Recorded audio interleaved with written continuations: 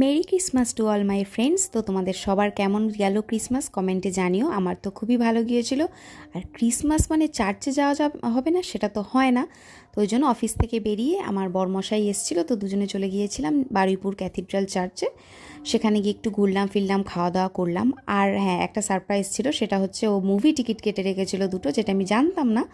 তো হঠাৎ করে বলল, শুনে তো বেশ ভালোই লাগলো। তারপর ওখান থেকে আমরা চলে গিয়েছিলাম সিনেমা হলে, গিয়ে মুভিটা দেখলাম। মুভিটা ভালো ছিল, বাট একটু লম্বা ছিল, আর একটু ছোট হলে ভালো হতো, কারণ আমাদের বেরোতে অনেক রাত হয়ে গিয়েছিল।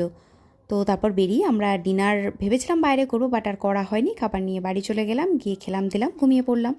তো এইভাবে 25 তারিখের সন্ধেটা রাতটা দারুণ কাটিয়েছি। তো তোমাদের সবার কেমন কেটেছে আমাকে জানিও। আর হ্যাঁ, এই ঠান্ডাতে সবাই কোথায় কোথায় ঘুরতে যাওয়ার প্ল্যান করেছো, কারণ শীতকাল মানে তো সবাই ঘুরতে যায়, সেটাও কিন্তু কমেন্টে জানিও। আমি কোথায় যাব সেটা জানাবো তোমাদের নেক্সট শর্টে।